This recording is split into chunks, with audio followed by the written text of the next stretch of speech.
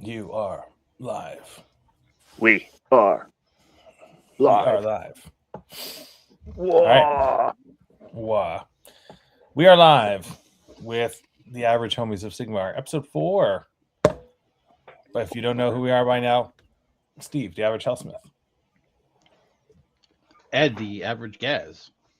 And I'm Matt, the average Alfarius. Excellent. And as always, if you haven't seen us before, we are just dudes who enjoy playing Sigmar, and we're going to talk about it. And if you're here, you're going to listen to it. So until you turn it off, then you won't listen to it. Yeah. But we always start the show with what we did last week. So, gents, what did we get up to last week?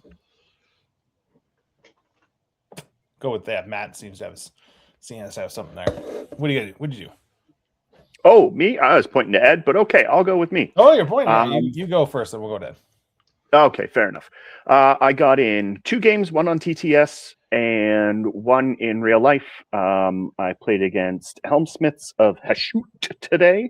One of the other guys in our community, we like to do this thing called hindsight games, where we'll play through a round or like a turn and then let the person react and then kind of go, what would have been the optimal play to make. And we sort of rewind time and let that player make the optimal play that we think it is to see how it will play out.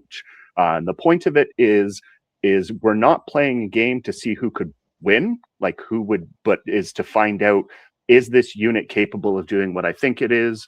Would this be a good play? Is this a better play? And I like it because it helps bolster the confidence for players on their actual army themselves with rules and then making decisions. And if I think, hey, I think that this is a better play, we can try it out. And sometimes I'm right. Most of the time I'm not. And we kind of go like that. And then my TTS game, I don't remember who it was that I played against. It was against Ideneth and the Shark Spam. Both games I was playing the Oops All Hero, Slaves to Darkness. And it was a close game. I think he won. It was like 57-52, something like that. So it was like a 5 or 8 point game. And I just couldn't. I thought that it would be a good matchup for me, but I couldn't catch him. So it turned out to be not a good matchup. And I played Life Cycles. Both missions was Life Cycles. That's a tough one for Hellsmiths. The G, I mean, again, it was a hindsight game, but he made a lot of really good plays, and yeah, that's what I did in the world of AOS this week. Nice. And yes, welcome AG Canucks. Gaz is back, and good evening to you. Guess who's back?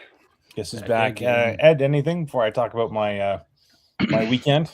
Unfortunately, I didn't get much in the way of AOS done this week. It was pretty hectic around my household this week, so it was rough. But I got some paint on my brutes. I have 10 brutes left to finish before I have my entire army finished. Oh heck yes! So nice. Or until I buy more models. I like it. Yeah, hectic happens to the best of us. I had that same song in my head. Matt and I did some testing. Oh, it's Brad. Brad says he did some testing. Oh, yeah. Sorry, Brad. I totally forgot about that as well. Oh, yeah. Sorry, Brad. You were not on my memory, I guess. I don't know. You should be. You're in my dreams. Get out of my dreams and into my car. Oh, wow. Wow. You sing it, Lionel. Okay. Got me ready, and we had a game scheduled for Thursday. Oh, don't worry, Brad. I'm sure you'll get your game. But no one wants to play against Night Haunt. That's just the sad facts. Anyways, happy birthday, by the way. Happy birthday. Happy birthday, Brad. So for me this weekend. yes. Yeah, so for me this weekend, I actually went to an RTT put on by AG Canucks, JP. It was the final wrap-up for the Old Man Wears Grasp League. I took the Hellsmiths, as we talked about last week. I was forced to by JP because he made us. He played the armies we're playing in the league. I played a no Hobgrots list. Surprisingly, I went 2-1 with it. I thought I was going to get kind of screwed for not having screens. Yeah, you sure did. Thought I was going to get screwed for not having screens, but ended up doing all right. Played a very good, very good Stormcast player right off the hop, and it was back and forth, back and forth. He dropped Ionis Annihilator Brick and the Draconith Brick he had all in one turn. He failed 2 out of 3 charges. So I thought, okay, this is great. I'll just kind of go in, clean up the next turn, and then maybe just shift, and it should be enough for me. But unfortunately, the Draconith crushed one of my flanks when I came in, as it does. And then I don't have it. Yeah. And then Ionis, I committed the Demon Smith on Taurus, and it just couldn't do enough. Ionis lived, and then it kind of that was all she wrote for that game. Played Skaven, crazy game. Second game, it was past the Fae. This is a guy I played the week before to end the league that we'd had a 3-point or a 5-point game by the last roll, and this one was a 1-point game where I won. Oh wow! Yeah, on the last turn, and I had to take the double. I had to get the double and take it at the end to get enough points and have enough resources left to win. So I was lucky. I got the double. He tried to re-roll. He didn't get it. And then ended up playing a Gits list, the last one, which I wasn't sure how it was going to go. But when you play 40 Fanatics and they move 2d6, and sometimes you roll 3s and 4s on their movement, against Hellsmiths, you just can't get out of cover. And that lets Hellsmiths kind of dominate the board while you move around. So I won that game, finished 2-1, which I am extremely pleased with because, like I was talking about previous episodes, anything with Hellsmiths, you got to work for it to make it happen, and you got to make good plays. So I was quite pleased with that. And then, not so much painting this week because, I was playing, and I'm kind of head deep into TTS season now because I'm playing for JP's team tournament that we have to play 4 games in 4 weeks here coming up. So I'm going to play Cities of Sigmar for him online. And then, that's about it. I got some work stuff coming up, so I'll be out of the country for a little bit. But that's all I got for this week. All right. Any questions from the chat before we move on to our main topic for today, which is unit selection? No, he's just going to have a conversation with Brad in the chat. Cool. Moving on. I'm actually supposed to be playing. I'm playing in a TTS league, and I'm supposed to have a game right after I'm done this. Oh, nice. Against Soulblight. Oh, yeah. It's a but pretty you know it well. Standard list. I don't think I'll win that one because I'm playing my Dark Oath. I don't think I'll win that one because I can't grind him down. He's just going to be able to have his way with me. So if you do grind him down, he has the recursion to exactly. Yeah, that's a tough one. All right. So with that being said, we're going to move on to the next section. This week we're going to talk about choosing units. So what do we look for when we look at a unit? Do we look at the aesthetics? Do we consider for battle tactics? When we look at a unit, do we have a certain battlefield role in mind? So I'll toss it over to the group here to get us started. Why do you choose the units that you choose? Start off with. Well, as the least experienced player at this table, I choose my units based on physical aesthetics. That's why I chose Iron Jaws. Just like the way the armors, the units look, and I've recently been heavily into painting the pigs. So I think my next tournament list is going to be majorly pigs. Hell yes. And one head of cabbage, so it's going to be titled pulled pork with a side of slaw. Nice, I like it. I love it so much. Although funny enough, I went on that Moss Dog Gaming channel to talk Hellsmiths with him. We talked to matchups with Iron Jaws and Gits and stuff for Hellsmiths.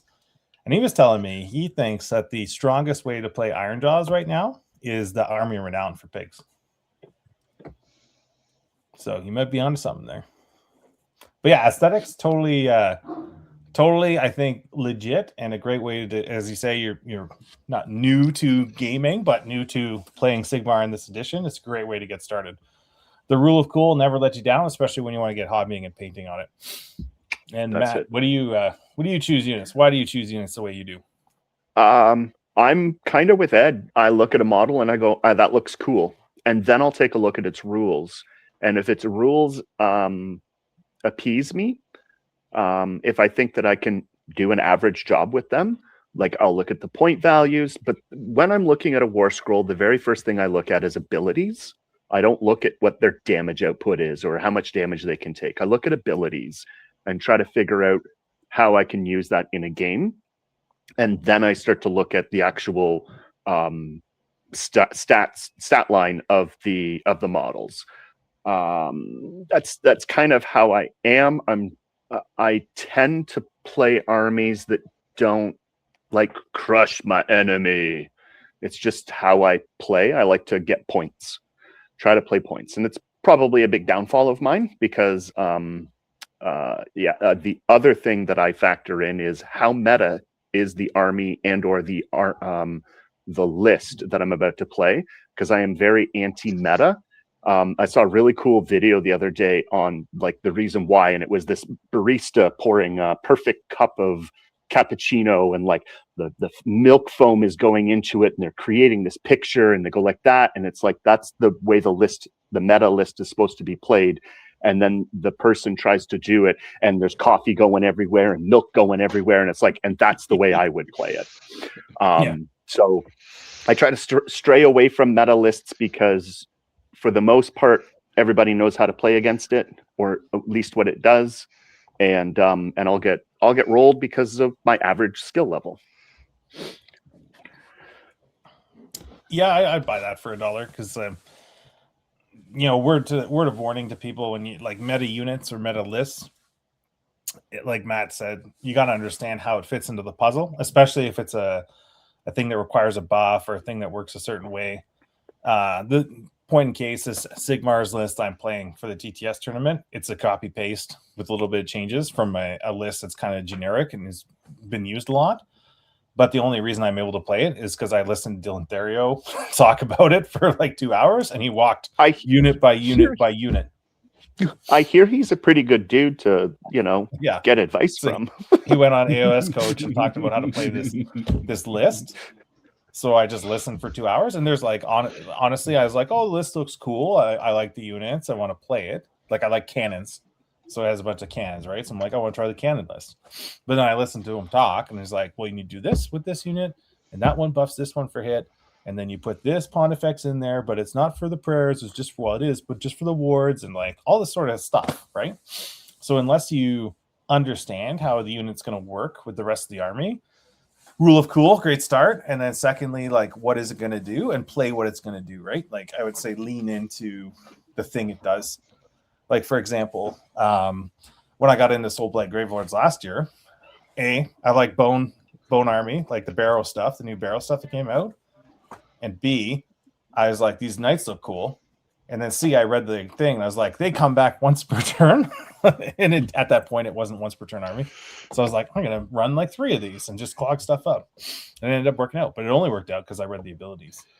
JP or AG Connects asks, what part, if any, does lore play in your decision in choosing a unit? And Matt and I had a conversation about this week, actually. We did. When I was playing Stormcast, I had great difficulties creating lists that broke the chambers. I understand that there are like war masters that can take any unit from any different chamber, but it was always like, if I've got a Lord Terminus, that Lord Terminus is going to include units. I mean, it has to, from the Ruination Chamber. I'm very like lore driven, and it doesn't make sense to me why such and such might be in this regiment. Or I know when I was playing 40K, I played Alpha Legion. Imagine that. And I refused to add any demons into my list, be it demon engines, demons, anything like that, because the Alpha Legion don't believe in them. So it hampered me, but in my brain it was like, no, this is the way it's supposed to be. So yeah, I like to make my army make sense from a lore standpoint as much as I possibly can. Yeah, was that factor to you, Ed? I don't think the lore factors much for me when it comes to the list selection or unit selection. Obviously, staying within the rules of the game, but no, I don't think so. I think I just like to. These are the models I want to play with in this game. Whether I win, lose, or draw, I honestly, it doesn't matter. I just want to play the units that I want to play. Okay, 100%.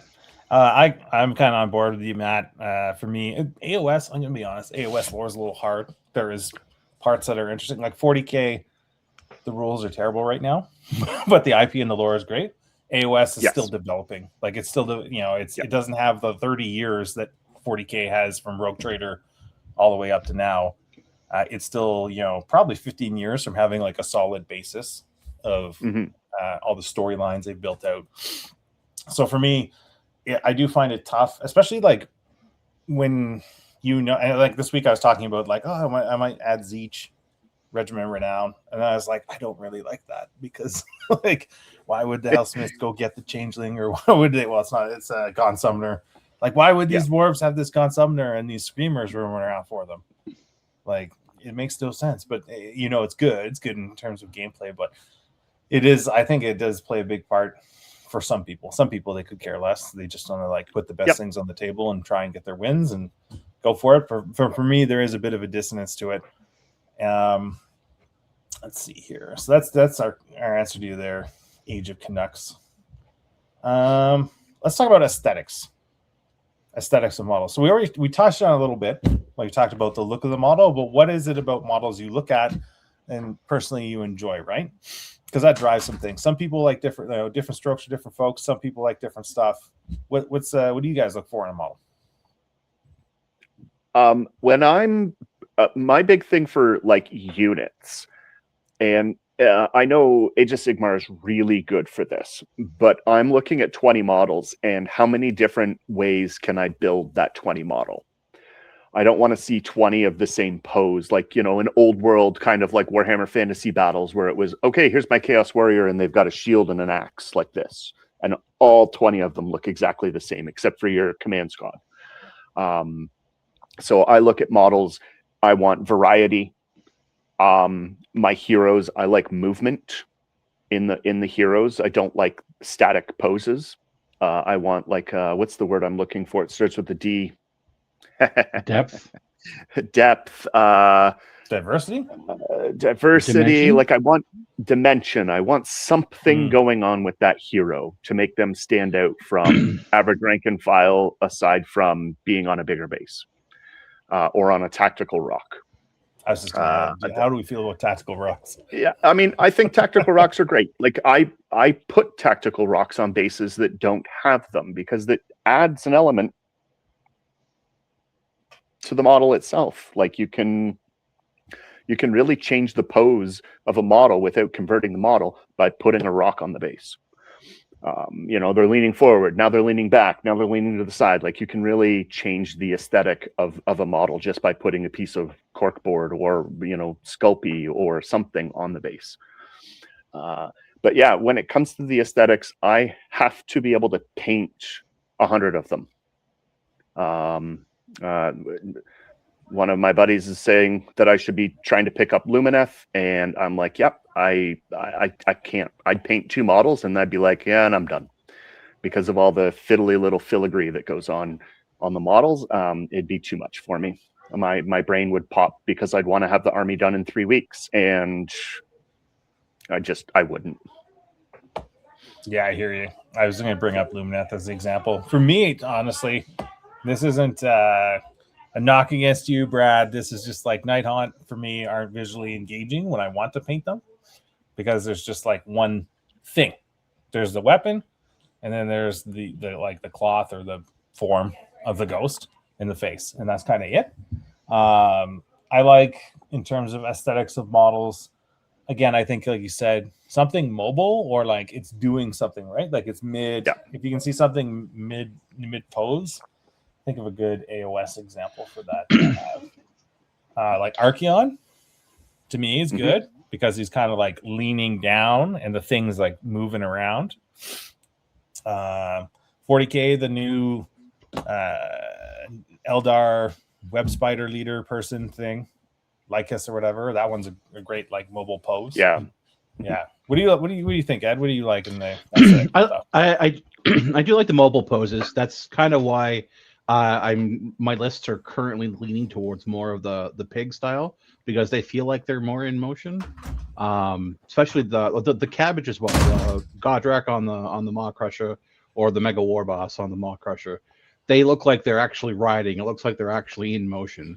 Whereas you look at the Ard Boys or the Brutes, like they're cool looking models, but they're just standing there. Yeah.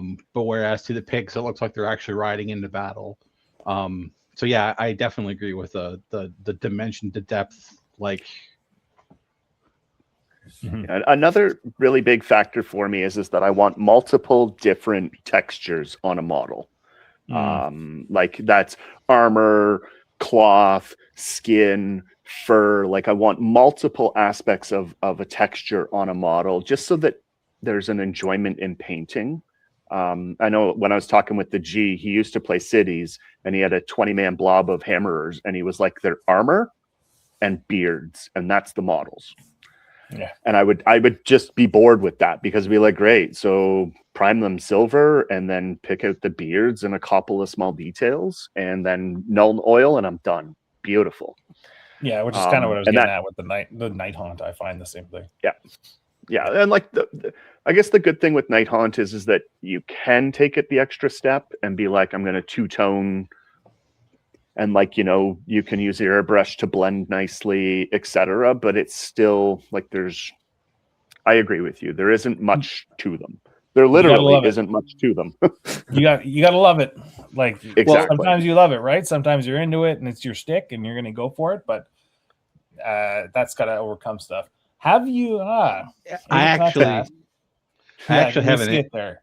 I'm just going to read it out so if people can't see it. Have you ever not played or bought a model because you don't want to paint it? So I didn't play my Godrak on the Maw Crusher at TGX, not because I didn't want to paint it, because I was terrified to paint it. I looked at that and went, because it's immediately going to become the center focus of your army because of the type of model that it is. And I was terrified to paint it. So I chose not to include it in my list because I didn't want to paint it in time and I was scared to paint it. And then once my list was solidified, I'm like, okay, well, I don't have anything to do with this. I can just paint this now. After I finished painting it, I super regret not having it on the table. I super regret not bringing it with me. I think I would have had a lot more fun having that on the table. Yeah, I have personally not played an army. I mentioned it with like LRL, where I'm just like, I won't play this army because I won't paint them. The models, they look great, but I won't paint them. And I felt the same way about Helmsmiths. I don't personally like the aesthetic of 80% of that army. It just doesn't do it for me personally, even though I think that they'd be right up my alley because they're an average army. I think they're right up my alley for it, but it's just the models do not appeal to me, and my army would be consisting of like 200 Hobgrot Vandals, and that would be my army because it's about the only models that I like in the line for the Helmsmiths and the Dominator engines. Oh yeah, the Boldums, yeah. For me, I have not bought Daughters of Cain because I don't want to paint the witch elves. Snakes, I paint snakes. Snakes are cool. Snakes have got stuff going on. Witch elves, I find them too generic. Morathu's cool, Kurthus is cool, all that stuff cool. And I would also offer, like, part of the reason I don't play cities in real life, I'll play it on TTS, is like some of the cities I find like it's cool, but they all look the same. Like if I need 2 command cores, I just have to convert another command core. I couldn't stand looking at like, why is that the same as that guy? Right. Exactly. Yeah. Know, I know people who do convert the command cores and stuff, but I'd have to like, you have to make it different in my mind. Let's see. So we answered that. Okay. So for the more like, I want to say competitive, but more gameplay minded individuals of us, what do we consider units for battle tactics? Like, do you consider units specifically to achieve battle tactics when you want to paint them, buy them, put them in a list? 100% yes. When I was on the OBR train, I immediately had to get cohort because I went, this is amazing for this role. Their job is not to deal damage. They're not going to, like they can do a little bit, but their job is to steal backfield objectives, to pressure artillery. It's to do things in my opponent's backfield because of that deep strike ability.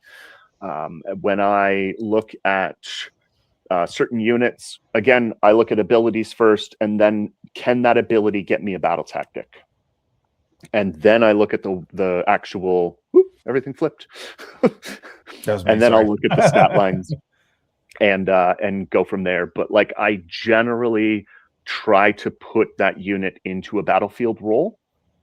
First and foremost, is this a unit that's up in my opponent's face? Is this a unit that is flanking? Is this a unit that's doing this?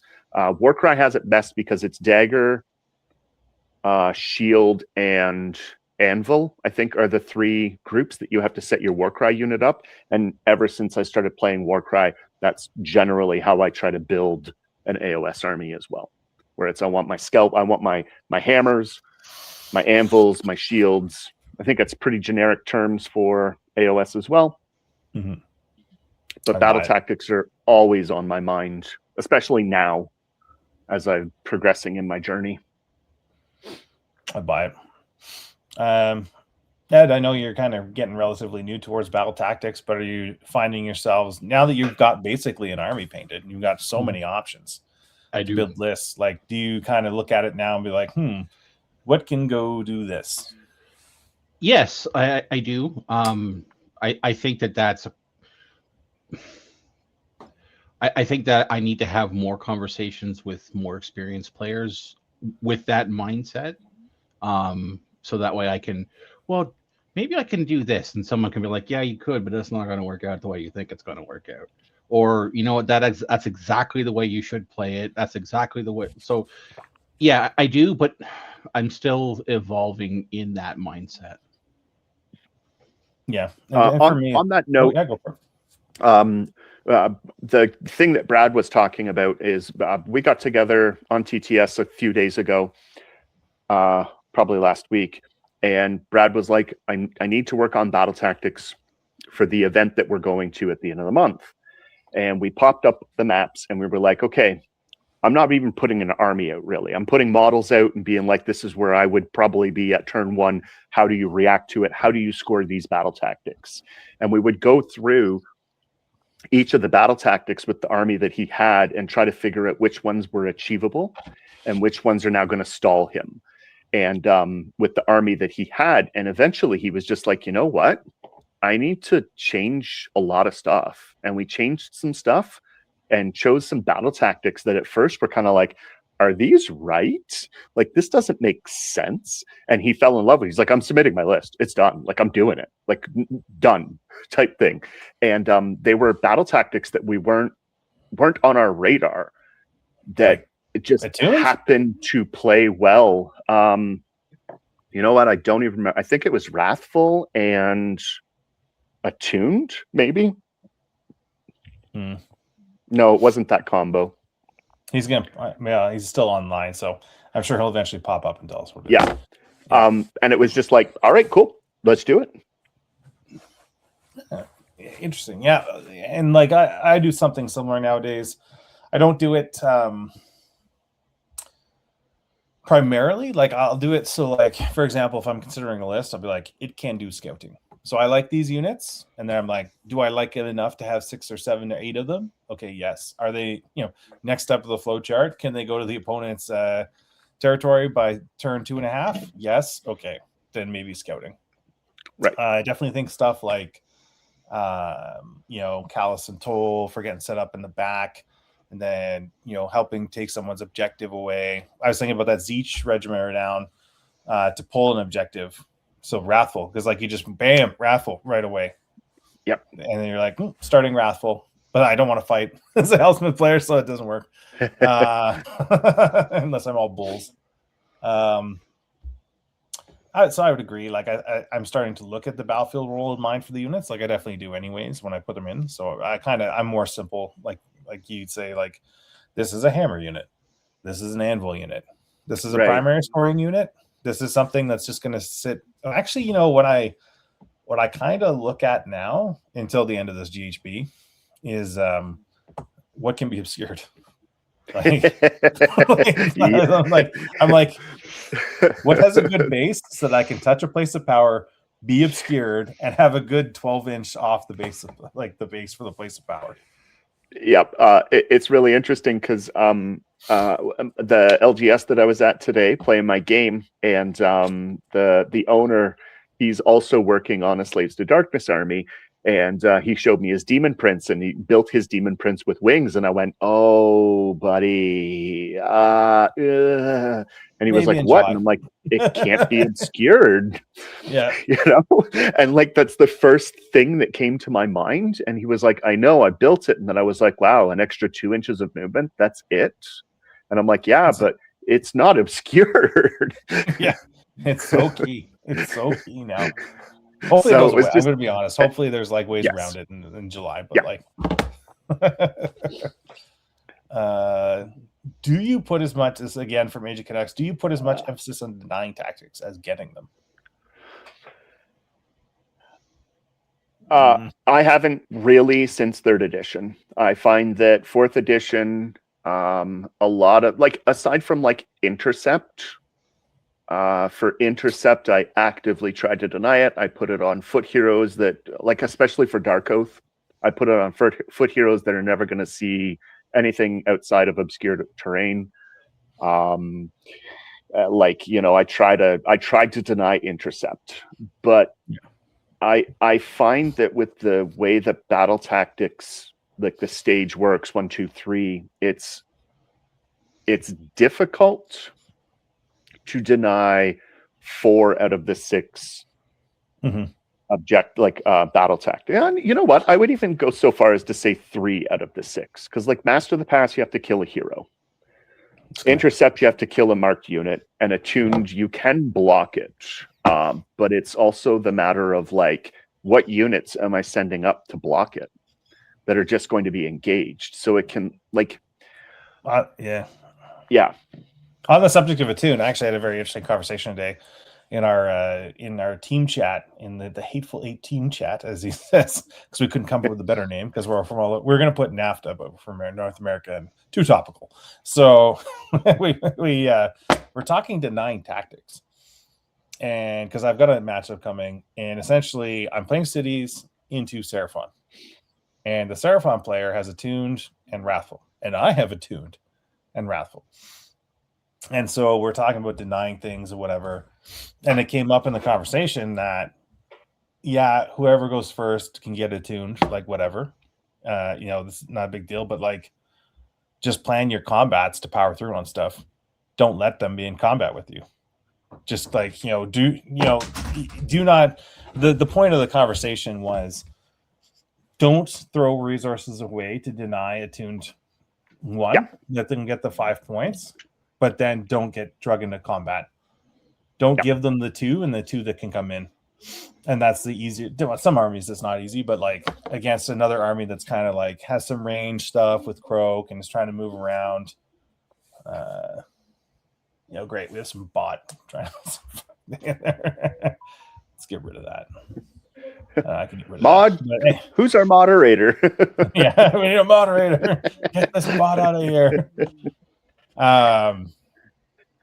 Viewers, if you were watching this, don't click that link. Don't click it.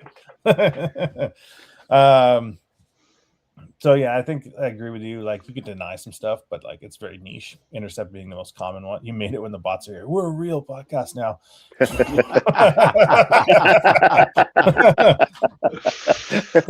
a We're real selling boy. bots in our chat. But yeah, I'd say like denying you can, but not like it's not super a thing. Any other stuff on picking a unit before we go to the next step? Because I think I have 2 average homies of the week. Ooh. Mm-hmm. Nope, I think we can move on. All right. Let me just pop it up. So we'll move off talking about chatting War Scrolls, and we'll move to the average homies of the week. Average homie of the week, step 1. Let me find this one. Where is he? Okay. This is over here. I'm just going to get set up. It's the X Planet event we're going to go to first. Oh, So nice. just talk. Cool. While I get it set up, if you can just talk X Planet and their series while I pull it up. Okay. So X Planet is a store out of Mississauga, run by Lionel Miranda, an absolute gem of a human being. And he is running his invitational series. So it's 4 RTTs, and you accumulate points based on how you position yourself in the RTT. And then over the course of those events, the top 16 players get invited to like a GT or an RTT where it's the finals, and portions of every event, like prize pool money wise, goes towards the final event. And there's some pretty big names that show up for it. And yeah. Yeah. So they had one. Sorry. And if I may interject just 1 second, Lionel has an absolutely amazing idea. I don't know if it's his, but for prizing. And JP, take note. This is the best of the 3 and O's, the best of the 2 and 1s, the best of the 1 and 2s, and the best of the 0 and 3s all win a prize. So it's not first, second, third. It's the best of that win record, win a prize. So you can go 0 and 3 and win like a decent prize because you showed up. And you were the best in your sub bracket. Exactly. You tried. Yeah. I think the final is 1, 2, 3 is for prizing because it'll be a fairly big pool. But when it comes to the actual events, that's how they do their prizing. And I think it's fantastic. It encourages you to keep playing. Indeed. All right. So they had 28 people. So we'll go to 14. And number 14 is someone called Jeff Story. Oh, from Gillo Gaming. Yep. And it's an Ossiarch Bone Reaper list. Share this tab instead. There we go. Okay. It's called Arcan the Black. How about you take us through this one? You're more OBR than me.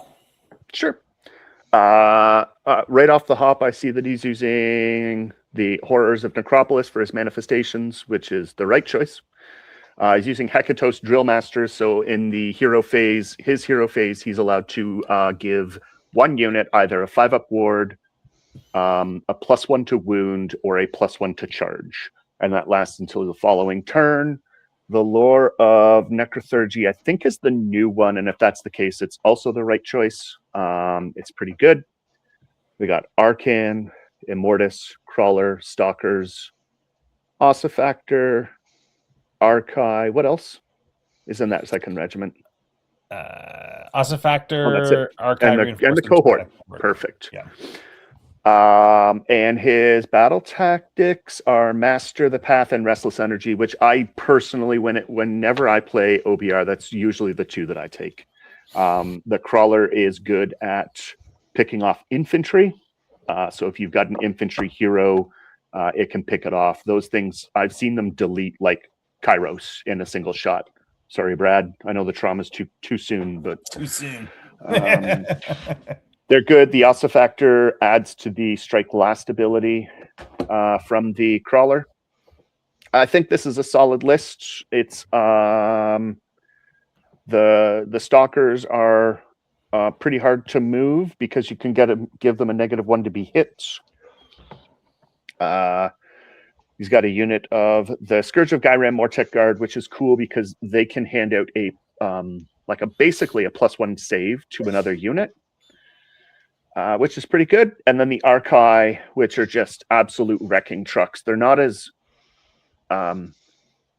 distance threat wise scary as Harbingers, because Harbingers have 3d6 charge, but the Archai, they're 3 attacks, which can go to 4 attacks. 3s and 3s, exploding 6s, Ren 2, 3 damage. They also get buffs from failing or passing an armor save, ward save, sorry, where they give Archon an additional +1 to cast, so Archon gets +2 to cast, or the Asa factor as well. I think this is a solid list. I definitely can see this being a 2-1 list. It will struggle against. It struggled at. Let's find out. Yeah, what did it lose to? It lost to Sabeti, so there's okay. problem. So that's more than likely. Flesh Eater Court. Oh, it's a Terrorgeist Flesh Eater Courts. Yeah, that's. See, I was about to say a Monster Rash list because I thought Sabeti would be on Giants, but I think he's left them in the dust.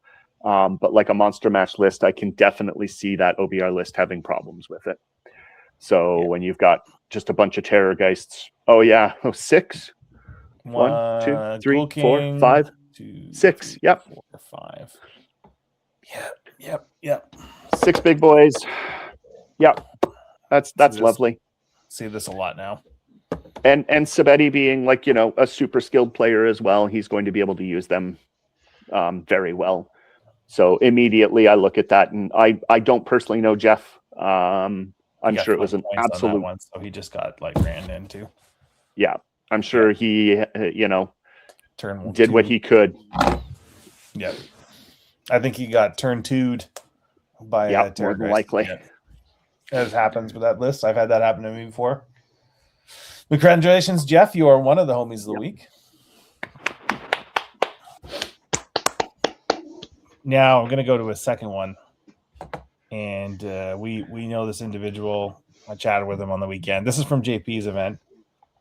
I'm going to tell him he's kind of a homie, but little story here once I put it up.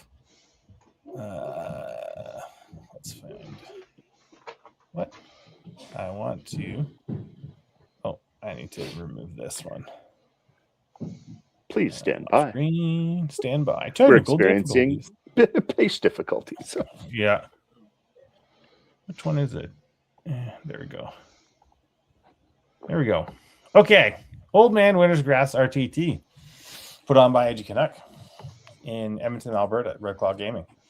As I said, it's the finale to our league, and we got other people out who didn't play in the league but participate in the RTT.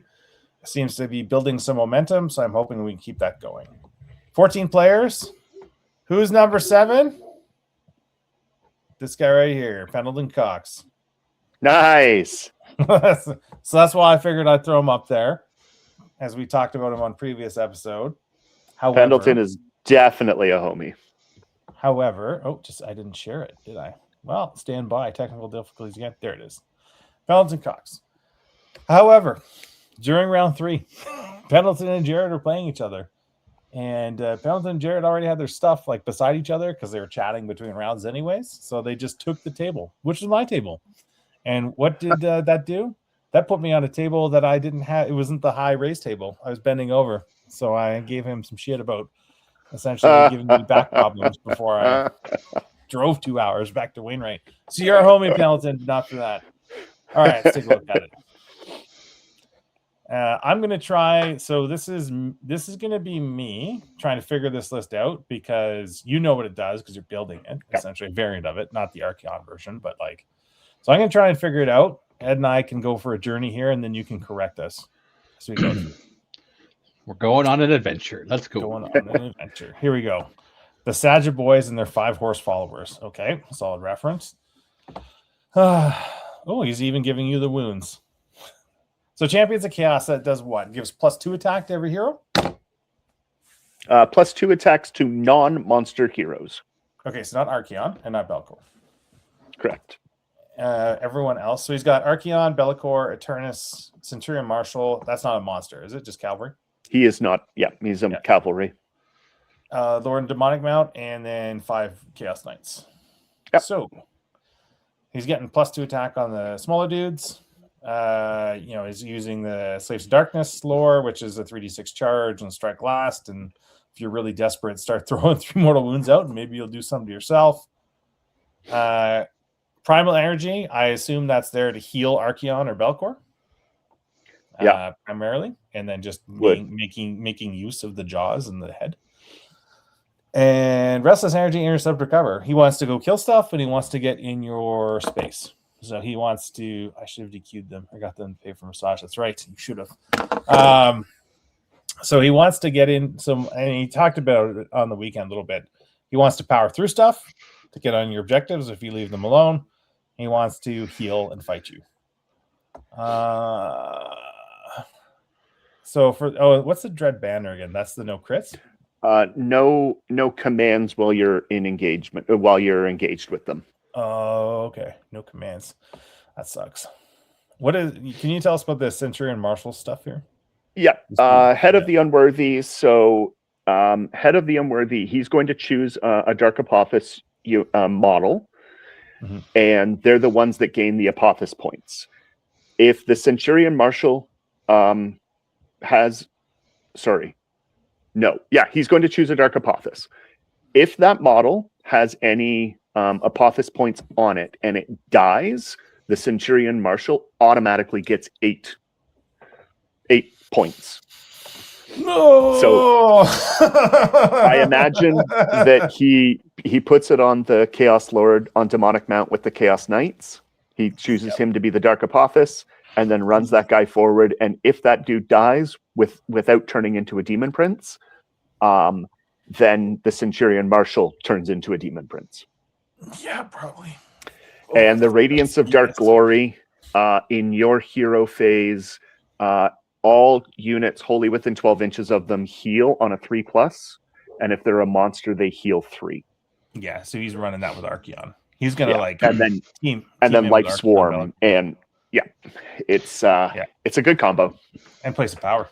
I actually played this list at the last round of the TGX. Tell us about it. Tell us about your experience with this. It wasn't fun. I felt like I couldn't do anything. It was a difficult map. There was a lot of obscuring terrain that I had to get around to get to him. And he kind of just played back. It was a good match. He was a gem of a dude to play against, and I would play him again. But it was a difficult list for my army to interact with. It's getting my wheels turning. I have an Archeon downstairs. I don't have a Bellicor, Leah. I don't have a Bellicor. Just in the other room. Staring at my Bellicor. You have like 3 Bellicors, really, because it's like all. No, I only have 2. Bellicor. Okay, yeah. I have 2. Prince Bellicor. And then Eternus is just friggin' annoying because he comes back occasionally. The Bellicor comes back once. You roll 2 dice, and if you get a 7, if Bellicor's on the board, you have to roll an 8. But if Bellicor's on the board, you get a +1, and it's anywhere outside of 9 inches. So it is like you almost want Eternus to die for the first time, and then put him where you really want him. This is kind of like smooth brain, but not smooth brain. I like it. It is not smooth brain. It requires a lot of like forethought because your model count is so low, and those models, aside from Archeon, are squishy. Like they're 8 to 10 wounds on your heroes. Well, they're 8, 8, and 8. Eternus is 9. Bellicor is 14, 16. You got 86 wounds total to play. Yeah, so you have to keep in mind that 20 of those are on the Knights. 20 of those wounds are on the Knights, and 25 are on Archeon. Yeah, that's what I mean by smooth brain, but not. It's like it's doing the smooth brain things I like planning a power through to steal an objective, fighting stuff, making a fucking demon prince. Making a demon prince appear out of nowhere. but also, like you said, you got to plan it. It just doesn't happen. You have to like make it all work together. This is not a wind up and go on first turn. No. But one thing we didn't talk about in this is you've got the eye of Ed Sheeran too. Yes, it is so huge. It's so key. Archibald basically says on a 1-2-3 for like the next, you activate it in your hero phase, and on a 1-2-3 next turn, my opponent goes first, and on a 4-5-6, I go first. So you ultimately want that to happen when you are going second in the battle round.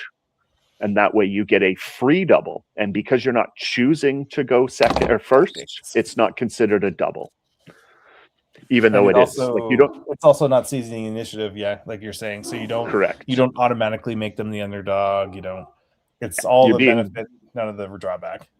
Yeah, you're being forced to take the turn. So you're not taking any of the drawback. Exactly. But Archibald's real good. He's real good. I love it. I love that model. I played it in the old GHP. Yep. Although I looked at the Nurgle yesterday as I walked by downstairs, and it's like, no, play me, Steven. He played. Let's see. Oh yeah, he lost to Colin round 1 by like a point, I think it was, because Nagash lived on a wound essentially. Oh, okay. And then he beat Jeff Gray, which was Hashut, I think. Yep. It was our Wooden Spoon winner, so he beat him. And then, he beat Jared on the Stormcast, that Uppy Downy Stormcast list. Wow, that's good. That's good. Jared's a good player, too. Jared's a real good player. That was on Surge of Slaughter. He beat him on. Yeah. And here's Jared's list here. What was the score? So he got 57. And Jared, just out of curiosity, 1940 points. Yeah, that really hurts your deep inside. 54, 57, 54. Wow, that's a good game. That's a good game. Well, congratulations, Pendleton. Yep, good job, Pendleton. Jared won the regular league, as Age of Canucks puts in there. All right. Any other average homie stuff before we transition to hobby and kind of close this thing out?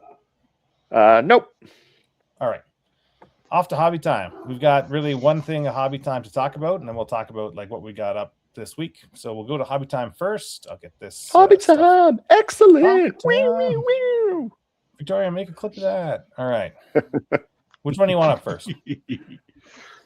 Which picture do you want up first? What do you want to talk about first? The base? For who? The model. For you. It's only you. Oh, it's just me. Okay. Sorry. Put up a Abraxia. That's fine. Okay. Yep. So I was able to finish off Abraxia's model. At this point, when I had finished painting her, I did this deep dive into her lore, which was awesome. But I didn't know what I was doing with the bases yet. So instead of toiling over what I was going to do with it, I figured I'll just paint the model, and eventually it will come to me, and then I can work on them. And I saw this as I was scrounging the interwebs for ideas for the base. I came up with... Here it comes. Drum roll, please. This idea. Pay no attention to the raw corkboard that's on there. This was a test to see if I could get the ice effect going. And I think it turned out, I was real happy with it. The tutorial I watched was really simple, and this blew me away how easy this was to achieve. It's a UV resin with a UV light over top of the painted base of like some blues and lighter colors. And then the snow effect is heavy gel medium with baking soda. And it just sets however you want. You just have to mix it so it's like a compound. And yeah, I think it turned out pretty good. I was real happy with it. So then I eventually, I am just in the process of finishing her base, but I did finish off my Chaos Lord on Karka Drak and its base. I did the ice theme on it.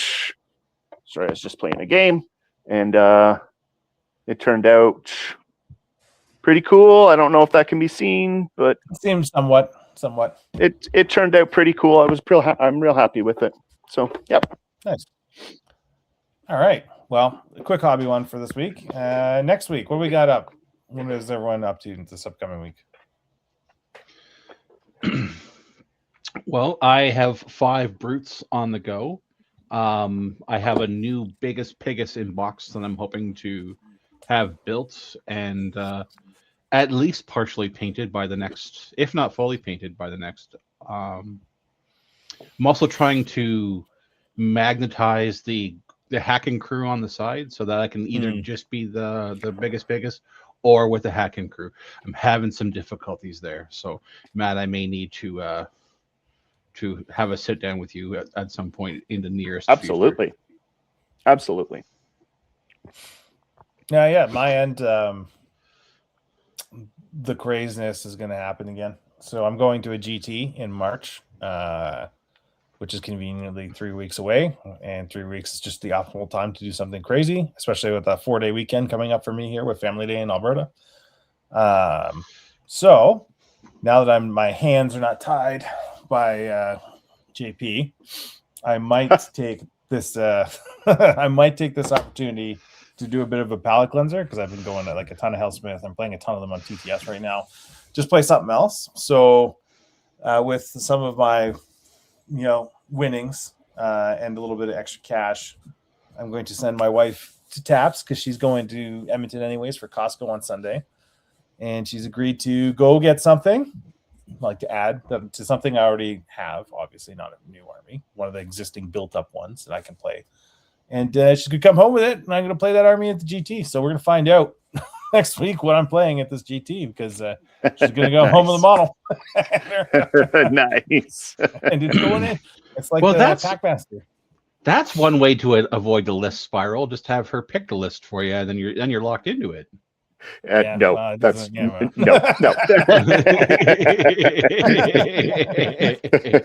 You heard it here. I've committed on the internet that I will on the intertubes run this action. Yeah, so you can all start your campaigning to Leah on what she should pick up. Yeah, you can send that to average. What's that? I said you'd listen to Matt. I don't know if you'd listen to Matt. I think you would, personally. She's disputing it, but yeah, I was going to say I wouldn't if I was her. Yeah. Oh, we got a couple comments there. Witch elves, 100 of them. Yes. Only if you give me yours, JP, then I'll run witch I was elves. about to say, didn't you run them? Yeah.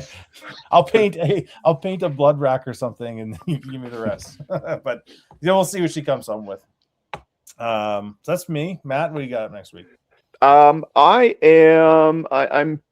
closing in on what list I'm bringing for the RTT, and I'm in the process right now of building a 3rd Wilder Fiend. Woo-hoo! And my new friend here, the Gaunt Summoner. So I'll need to get them done up, and I think I need 10 more Marauders. So I'll try to make a dent in them. I've got 2 weeks to get them painted, so I should be able to do that without any problems. Awesome. All right. Well, I think that's going to be it for today's. We're good. It's going to be it for today's episode. For those of you watching on Twitch, thanks for joining us. And if you're watching this on YouTube or Spotify, please give us a follow, subscribe, hit the buttons. Buttons are fun. Do the button stuff and engage with us. We enjoy taking questions from the crowd. And thanks, CP. Any final thoughts before we sign off for today? Just be excellent to one another. Stay average. All right. Stay average. All right. With that said, we're going to end this now.